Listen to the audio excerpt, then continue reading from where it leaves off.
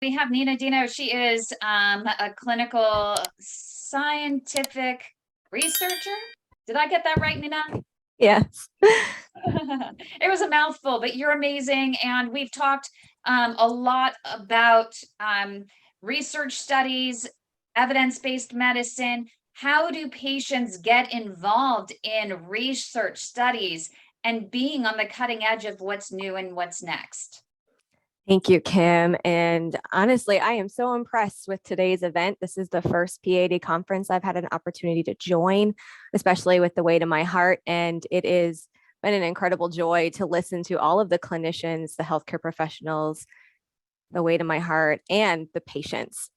Coming from a research setting, it is one of the most important things for us as researchers to hear what matters to patients. And this has been an incredible opportunity. So I'm going to share my screen. So I am like Kim said, I'm a clinical researcher. I am a senior clinical scientist with a background. I have a PhD actually in biochemistry, specifically from genetics, epigenetics, and more of the basic sciences, which has been really important as a critical basic element role. But I am a clinical scientist from industry. So this is a very different background than we have from most of today's session. And I am hoping to make this session an engaging conversation with patients and the healthcare professionals on the call. So just as a little bit of a vulnerable start, I'm going to share these slides with you all. My disclosure, I do work for industry with Cook Research, which is an entity of Cook Medical. I do design, conduct, and analyze clinical studies for paid PAD patients. So this has been really enjoyable. So let's take this home a little bit. So many of the clinicians today have talked about their own families, their friends, people that they have that touch home. PAD touches home to so many of us, and it has myself too. So I've been in the research setting for over 10 years. And about 3 years ago, this man in this picture, which is one of our kind of most typical PAD patients, had an episode where he had PAD and we didn't know it and he didn't know it. This is my grandfather. He is 82 years old. When we found out that he had PAD, he's been married for 65 years. He had 3 kids, 7 grandchildren. I'm the third of 7. And 4 great grandchildren at the time. My grandfather owned a small town grocery store and he walked all the time. He worked and worked and worked for over 50 years, owned the store. He walked the halls, he bagged your groceries. He was your typical person that you would see when you'd walk in the store. And he retired at 80 and decided he loved hunting. So he was always on his feet. He was always out there doing what he loved. But he also was diagnosed with COPD. He'd smoked for over 40 years and he eventually developed dementia and was in a nursing home in a memory care unit.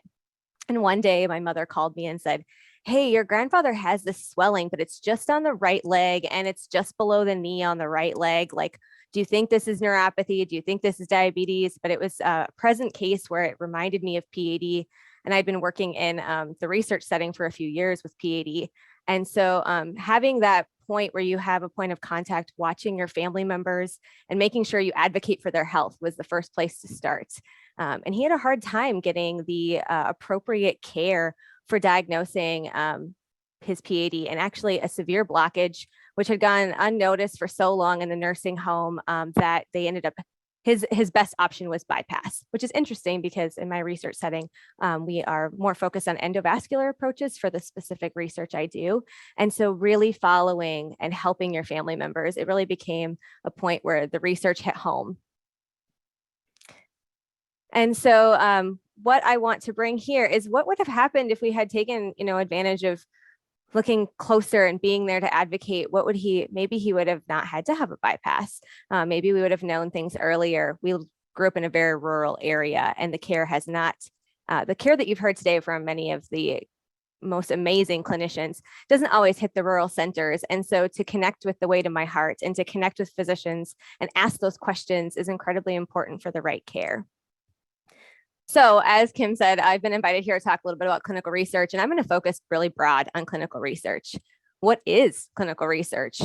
We've talked about it, but have we really said what it means? really research in a broad setting. It's studying something. It's a comprehensive study that prescribes ways to look at the safety and effectiveness of advances in patient care. And that we talked a lot today about devices, but it extends also to medications and drugs. Diagnostic tests, like the use of different imaging techniques. We've talked a lot about IVUS, medical techniques, technologies, these different approaches, whether you're doing bypass or other different kinds of procedures to treat these diseases. They all can fall under the umbrella of studying for research. And clinical research is really intended to improve the care for our families, their friends, community, and really the people around the globe, bringing new options that are better than what we currently have. Many of the conversations today have focused on what we consider clinical trials. We're talking about something that needs to be studied to get on the market. Some of these new advances are maybe not there yet, but there are also observational studies, in which case you might just be asked to release maybe your medical data so that we can look at something in a more observational way.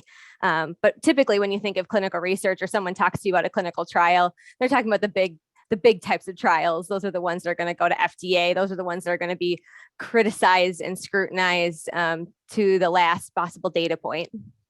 But there are different umbrellas of research. So Kim asked, what do you do to get involved? How do you get involved? And the first step is consider if you want to participate in a clinical study. Do you want to be that person that helps advance the care for maybe your children, your grandchildren, or generations from now?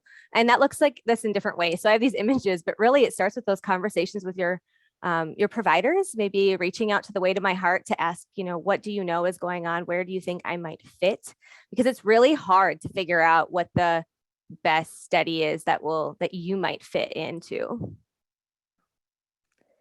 So that's the first sign, is to consider if you want to participate. And sometimes if you find yourself in a place where maybe you're considered, a different maybe background that would be helpful. Maybe you are in a rural setting, maybe you're a woman, maybe you have a different cultural background or ethnicity. We need you to consider if you want to participate so that we have that broad diversity of patients, because like we've talked about, different regions, different backgrounds, their diseases, even if it's PAD, not all PAD is the same. And having a diverse set of participants can help us better understand what therapies are going to be most valuable to you. So more variety in participants is going to be an important wave in the next phase of research. Especially in PAD, we typically have the same groups of patients that participate, and we need to expand beyond maybe beyond those traditional backgrounds that we see in research. So consider if you want to participate. So what do you need to know if you want to participate? If you think you might want to be a participant, you need to recognize that when you find a study that you might be interested in, that if it's a legitimate, valid research study, it is important that they screen you against what we call inclusion-exclusion criteria. And those are different sets of things that you have to have or not have in order for the study to consider you to be a participant. So you have to meet those and you have to want to participate. All of those things have to line up before you have the option to do something called enrolling in a study. And so potential participants, you may not be included if you don't fit that criteria. And that's not necessarily a bad thing. Those criteria are set to keep your safety in mind. And first and foremost, potential participants should be provided with a form called informed consent and study materials that describe the study to you. It should tell you what the study is, why it's important, how you're going to be impacted by participation, what that looks like if you participate, how long will you have to participate. All of that should be given to you in a form that you can easily understand. And if you can't easily understand that, you need to ask your physician or provider or whoever you're working with that's running that study. You have to ask for clarification. So participation is always completely voluntary. And that's through the whole study. So you can choose to volunteer. And then if you're into the study and you decide you do no longer want to volunteer, you can get out of the study. You can withdraw, you can be removed from it for any time, for any reason. And it is your right to make that decision. If you decide you don't want to continue participation after you've consented, that's okay. And you don't have to say why you want to be out of the study. But you may want to tell the study if you choose to withdraw. Maybe you want to tell them why so that we can improve how we make studies. So this is one huge piece about clinical research. Is it safe?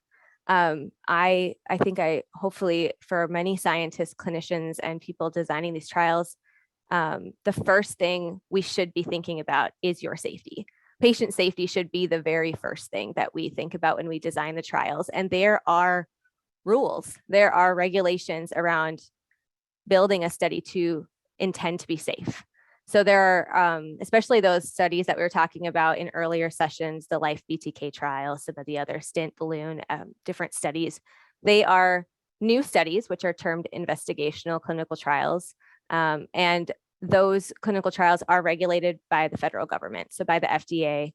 And there are also many other clinical trials that are legitimate that would be, that would have these sort of safeguards in place for you. Those safeguards also include what we call institutional review boards, mostly heard as IRBs. Those are for every legitimate research study. Those are individuals that sit on a board and look at the study and make sure that it's intended to be safe for you to participate. There are also human subject research protection programs that also review to make sure that before a study is allowed to start, they have to be approved by these entities that look at your safety. So the answer is they're intended to be safe if they're a legitimate clinical study. Now, the question I know I get a lot is, how do I know if it's a legitimate clinical study? That's a great question. If you are getting a random message on social media, on Facebook, on LinkedIn, or someone saying, I want your information because you should participate in this study, that would be a red flag. Those efforts are probably not the types of studies you want to consider. And if you want to know if it is legitimate, I would reach out to a clinician, a physician, someone else and ask, hey, is this a real study? And if so, they should be able to locate it in a public database or in an institution that is running clinical research. I think that's such an important point, and I don't want to, skim over it. I really want to drive home that point because every single day I get notes from pad warriors who are on our social networks with researchers that are reaching out to them directly with their studies. And we always suggest, do not give them your information, direct them to us. KYM at thewaytomyheart.org, direct them to me, because we highly vet these studies. The number one thing we want to make sure of is, are they just doing the study to create a database? Are they collecting your information? They plan to spam you in the future. I see a lot of those, even websites out there that claim, oh, hey, are you a PAD patient? Do you want to get involved in research?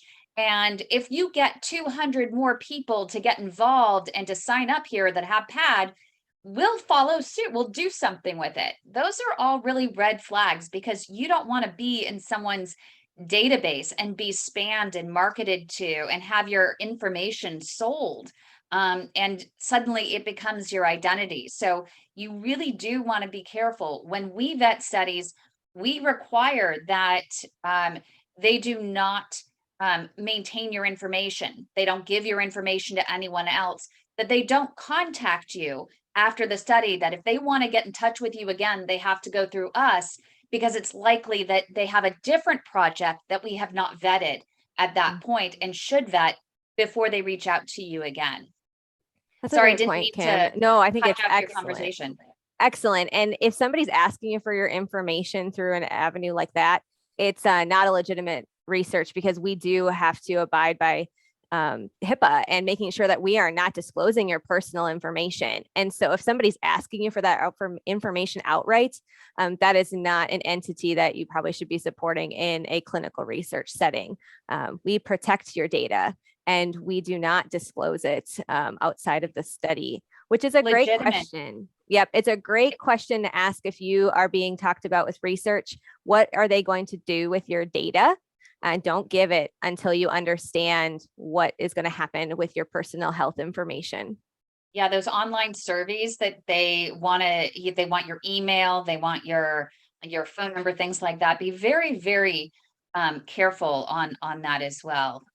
It's not something to mess around with. And the legitimate clinical studies are ones that Nina is saying are the ones that do involve clinician, doctors and nurses, et cetera, et cetera. And through those connections, they're able to tap into the patient population. They don't need to go out to necessarily social media to get people to participate. And often we don't go to those channels because we do want to make sure that the research is legitimate, and we don't advertise the research through those channels often. We usually go through the clinicians and the entities that are going to be treating patients in a clinical practice.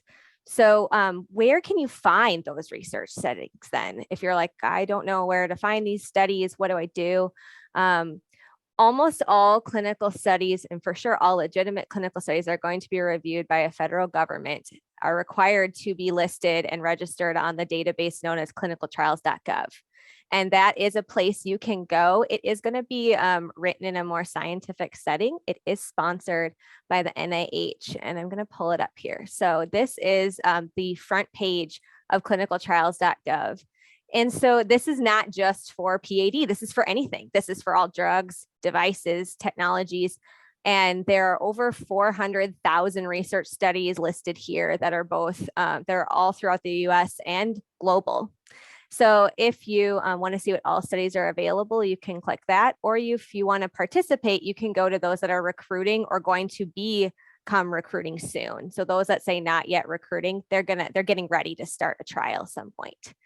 So if you go there, you can also write in your disease or condition. So if you have PAD, you can search for peripheral arterial disease. And let's just start there. Let's just see what that looks like. So when you search, oh, well, there we go. Of course, my internet's not working. Wonderful. My internet went out. Sorry, guys. So that I would go back to that website and look it up. Man, that's not very, of course it's right. And it's a live scenario. I am going to send these slides to Kim, but clinicaltrials.gov is a great place to start.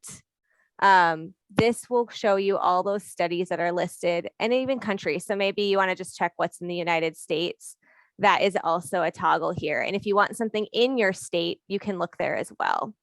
Something else that you will find on clinicaltrials.gov is for a study that you might be interested in, there has to be a listed contact person for you. It has to be somebody working on that study. It could be a nurse, a research coordinator, a physician. It'll have an email address or some type of contact information. So if you find a study on here and you want to know if you might fit the inclusion exclusion criteria, or you might be somebody that they would be interested in discussing a study with you, then contact that person. And that is where you start to understand it. That will be a legitimate clinical research opportunity for you. But this is the largest known database in the United States that will vet those legitimate clinical research studies. So with that, I wanted to bring that to your attention because I think many of us don't know that unless you're in a research setting. And for sure, like my family didn't know that that was something they could do. It's publicly available and that you could seek out potential studies if you want to try and participate. Mm-hmm. So how do you decide if you want to participate in a specific study? You find a study, you're like, maybe this is a good one. You need to ask questions and be informed and determine if it feels right for you and if you do fit that inclusion exclusion. These are just a few questions I have heard when patients have talked about being parts of studies. And when I talk to clinicians that are looking for talking to patients about different studies, you should ask, what's the main purpose of the study? Dr. Dua did an amazing job earlier talking about the best CLI study. And she initially said, this is the objective of the study. You should be talking to somebody who can tell you this is the main purpose of the study. And you should ask, what is the purpose of that study? You should ask what your treatment options are. So if somebody says you might be eligible for this study, you should ask, well, what are the other treatment options? What are the full list? Because oftentimes studies look at one treatment option or two. They're comparing possible different treatment options. That's not the exhaustive list that might be the right treatment options for you. And I think that today the clinicians have done an excellent job of empowering you to take control of your own disease and ask questions about your treatment options. It's important to ask if the study has a control or placebo, because sometimes trials are randomized. And what that means is that you may not know if you get the new treatment. You might get what we call the control treatment, which should still be considered safe for those patients, but you may not get the new treatment. And so I would ask if it's a study that is randomized. It's important to know what your commitment is to the study. So for PAD, I have been involved in over a dozen design of clinical trials for PAD, different devices and medical therapies. And sometimes these PAD studies go for 5 years. Many of them ask for you to be in a study for 5 years. And that would be, are you going to, what does that mean then? Do you have to come back? How often do you have to come back? What does that 5 years look like? We're trying to make these studies less burdensome to our PAD patients. So that commitment might look like a phone call once a year, which means that it's important for us to have up-to-date contact information just to make that phone call.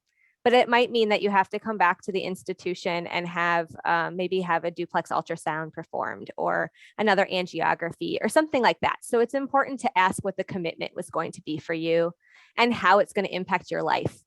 So that if you really, I would for sure would be getting those nitty gritty details on what they want from you. And one reason that that's also important is we often see patients say, yeah, I want to participate, and they get in the trial, they go through the procedure, and then they feel like the study doesn't care about them anymore. And then they don't know what happened. They don't know their results. They don't know what's going on in that trial. And that means us running the research are not doing a good enough job to reach out back to the patients. But then you might feel like, I don't really want to come back because I don't feel important. So I'm going to tell you right now that we think you're important. You as an individual are important. If you decide that maybe you're feeling great, so you don't want to come back for a 1-year visit, or maybe you're not feeling great and you're upset with the study and you decide not to come back. If we don't know that, then the study can't make can't make the right analysis, because we don't have your experience to consider. And so whether you feel good or you don't, it's important for us to know, because that helps inform those future patients and future care options. So you should also always ask what the benefits are and also what the risks are. Weigh every risk and decide if that's something that you want to participate in. Some studies are very costly. You should know if we are going to be reimbursed for travel costs. You should know if you're going to be reimbursed for parking, childcare costs, et cetera, whatever is going to impact you to be a part of that study, and ask those ahead of time so you know what those commitments are financially. And I think one of the really big questions that comes up now in the research setting is, how will my health data be used? What are you going to do with my personal health data, my personal data? And you ask that question. Ask those questions from the beginning. If it's a legitimate study, there will be a plan for how your data will be stored, how it will be protected, and when we will destroy it once we're done with it, so that you are protected as a patient. So that is something, there has to be a plan before you agree to participate, and you should ask what that looks like. So if you're getting spammed on any kind of social media or elsewhere, then pause, talk to somebody, find out if there's these entities where something's registered, and ask these questions. This is a very short list of questions, but I think these are some of the highlights that I hear most often. And once we get more into this topic of research, Kim and I have talked about providing a potential list about questions to ask for PAD patients beyond just what the industry knows, but what does FDA think is important for you to ask? What do physicians think it's important to ask? What do your family members think are important to ask? So participation in clinical research is your choice. Ultimately, that's what it comes down to. If you fit the criteria for a study, please be empowered to be informed and make the decision that feels right to you. And do not feel that pressure to participate. If you don't want to, then don't. But if you do, know that that is an amazing and brave contribution to science and to helping other people. So why is it important? It really is to improve those future treatments, those improving treatments and outcomes. And I think if you take anything away from anything I've said, just know that you matter. You matter to your physicians, you matter to your family and friends, and you do matter to those research entities. You might be like, well, those scientists, they just want my data. No, I want you to have a better outcome. And I want your experiences to help your friends, your family, and future patients so we can improve outcomes and treatments. So Kim and I have talked a lot about how to take this to the next step. And today was a very short stint about really the patient's role in studies that I have been, it's been a privilege to talk to you. And so what we hope to do is to expand this, preferably late summer, into maybe like a mini virtual conference. And I am currently in the process of reaching out to other entities to bring in more thought leaders on how we work with patients. What's most also important to me as a takeaway is I want to know from you PAD warriors, what matters to you? What matters in your treatments? Because I think sometimes we don't know. And we need to learn from you. And we need to design better, less burdensome, more effective trials. And we're only going to do that with your help. So more to come on this. And Kim, I think we will share dates when we have those speakers lined up and how this will look. Yeah, I think that that'll be exciting. I think that, maybe going alongside or in the same area or same time frame as the famous AMP conference, Amputation Prevention Conference in August might be an interesting time, because a lot of the folks, the powers that be that can speak on this might be at that particular one in person. So that could be really interesting, which would excite our friend Frank Diaz, who is in the Chicago area and is always looking to have Pad Warrior gatherings there. Frank, you've been collecting some questions. Any questions for this particular seminar for Nina about trials and participation in trials? Yes, thank you, Kim. Actually, I think we asked the same question earlier today in another part of the conference when Linda had prompted us to ask about how to get involved. I think Nina did a wonderful job answering the question, but there's always a chance to localize these opportunities, right? As I said earlier, Chicago being a major medical hub, we have all kinds of trials and studies going on at any time. But somebody who might not have a lot of hospitals or clinics surrounding them might wonder how can they be a participant as well. Excellent point. And I think it comes back to reaching out to who your provider is and getting connected with the research opportunities locally. The ones I spoke to specifically today, those are the big national options, but there is a lot going on in your backyard. And if you want to help your specific communities, your providers, if they are interested in the scientific research, they will know, and they will be the first line to get connected with. And it's interesting. Yeah. There's a difference in the types of studies that we're talking about. You have general studies, for example, in the Chicago area. I just learned from one of our Pad Warriors, Jay, about a study at the University of Chicago going on about the use of compression for patients with PAD, and they're looking for participants in that one.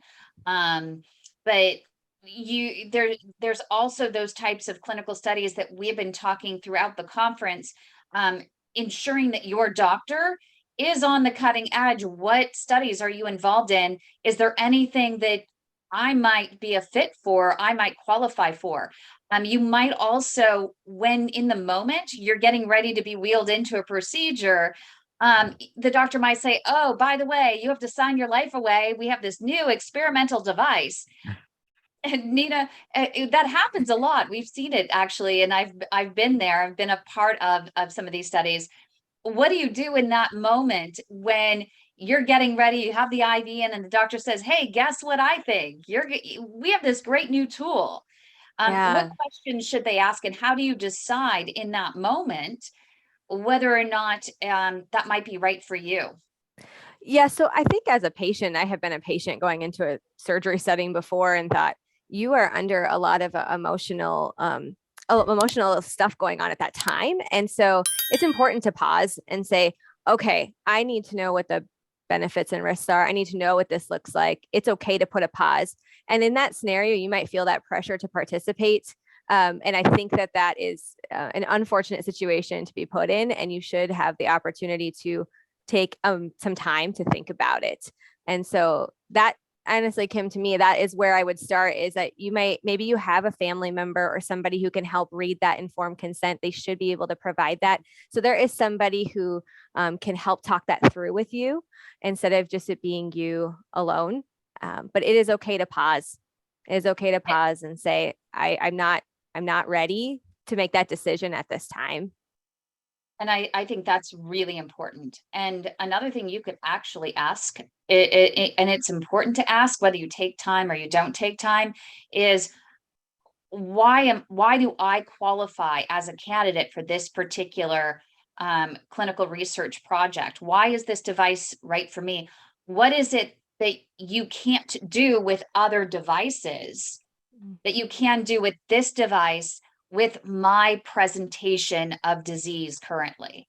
And I think that that's really important, because you want to find out, well, if you don't use this tool, then what What are is he my going to do? options? Yes. Right. And what sort of outcome it does he or she expect that's different than what they would have used before?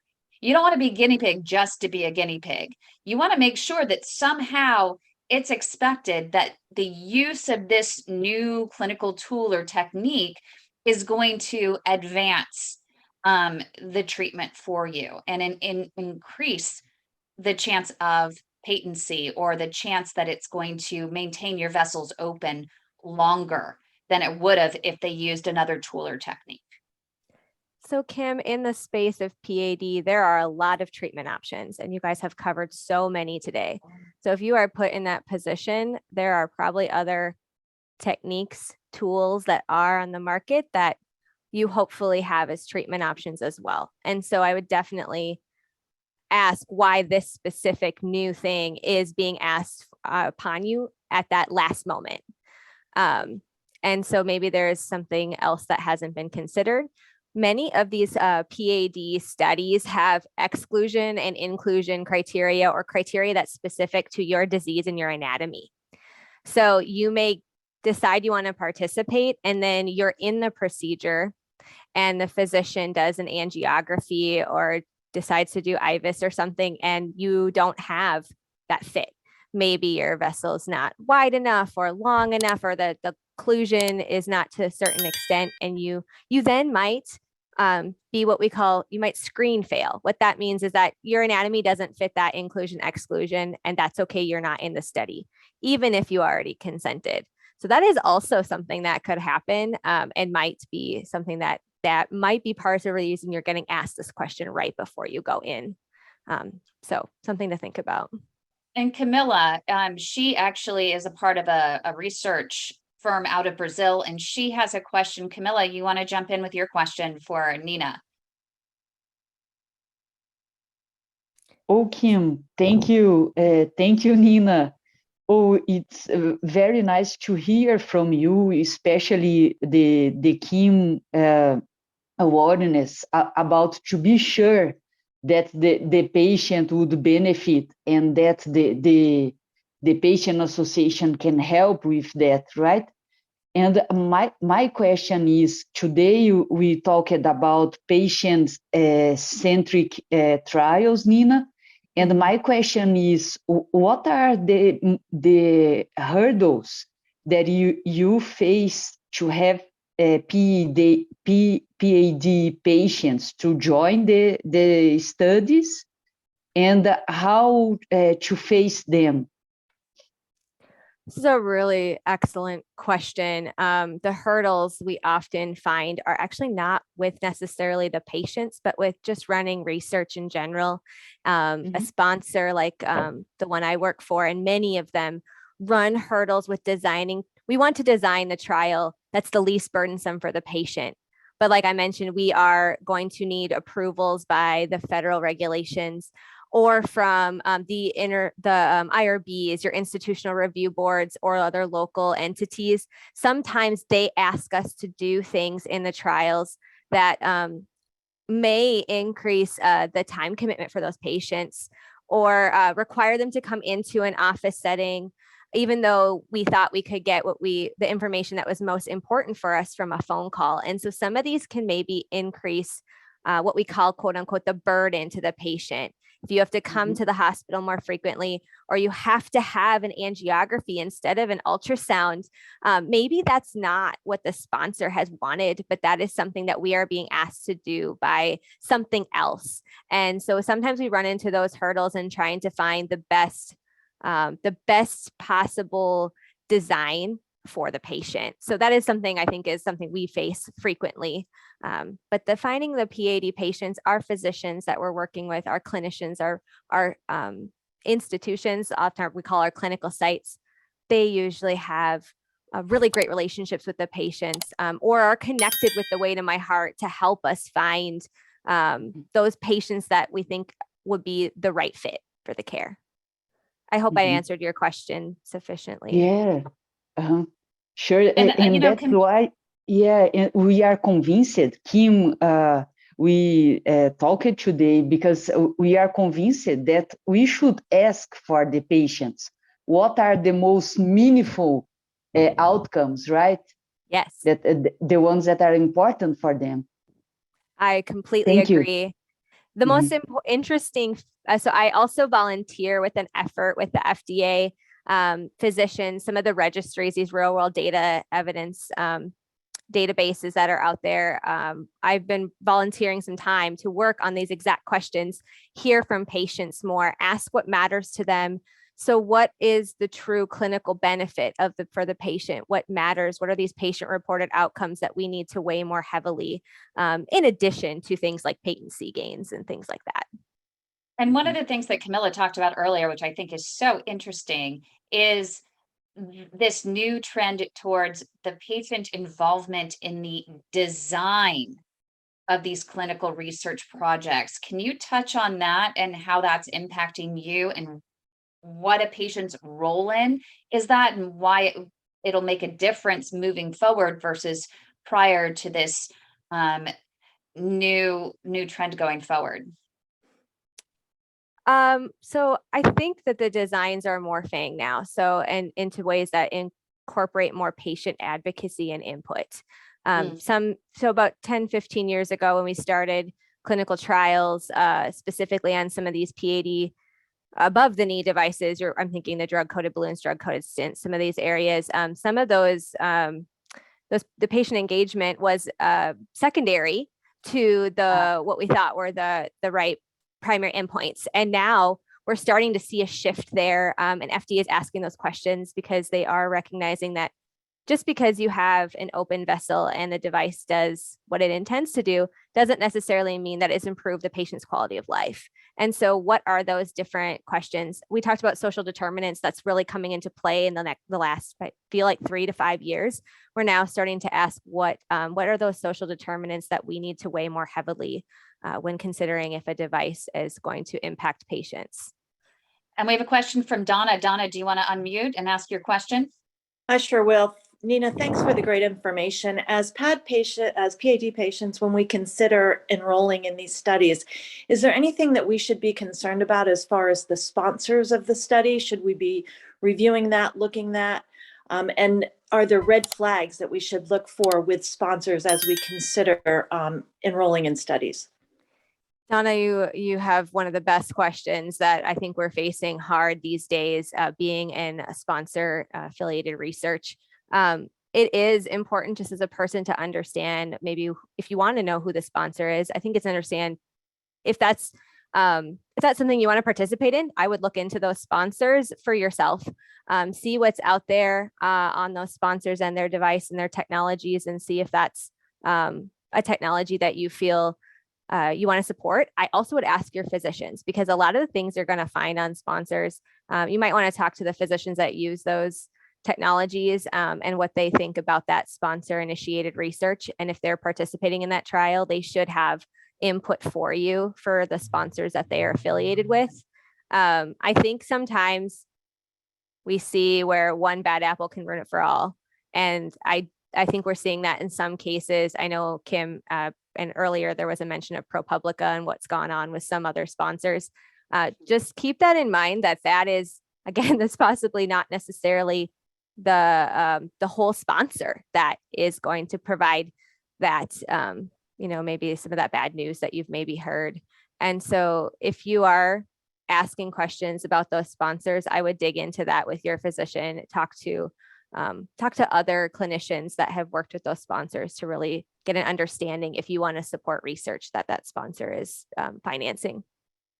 Yeah, and actually, you bring up a really good point with this. If you're probably going to see a lot of it lately, and this is a little bit off subject, but I think that Nina and I are pretty much on the same page on this thing. There's a new article that came out from this company called ProPublica that was talking about a particular device company that is supposedly, because they were in the room, that and the dinners and whatever perks that they provided to the doctor, that the doctor was overusing the devices.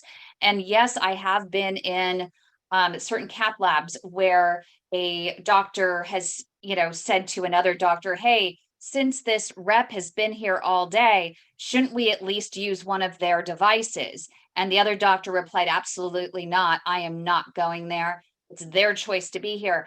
And it's really important for you as the patient to know who's in the room during your procedure. And it's one of the critical questions that I have in my list of questions that I've provided under the file section of multiple Facebook pages. Who is in the room? What reps are in the room? How do those reps? And it's a fair question. How do those reps influence your device choices during my procedure? Are you going to use this balloon versus this balloon because that rep's in the room? And does it really make a difference? I think that that's really important. Now, conversely, if they're using a newer device that maybe they're still trying to get used to, that rep could be very important being there in the procedure. I've been in a number of those where if that rep was not there, that clinical specialist, there could be trouble. They may have used the device wrong. And so having them there, understanding why they're there, if they're actually training, if they're there for a purpose other than to stand around and be seen and to influence the doctor's use, that's really important to consider. And I think that it's fair to ask your doctor about that.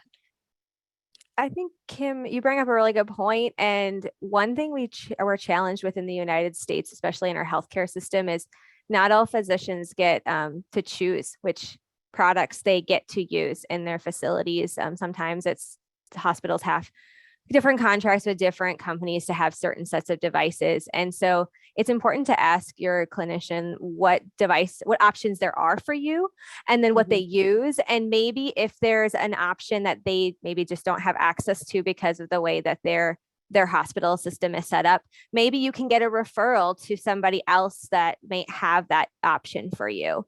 We have seen that in the sponsor setting. We know that happens.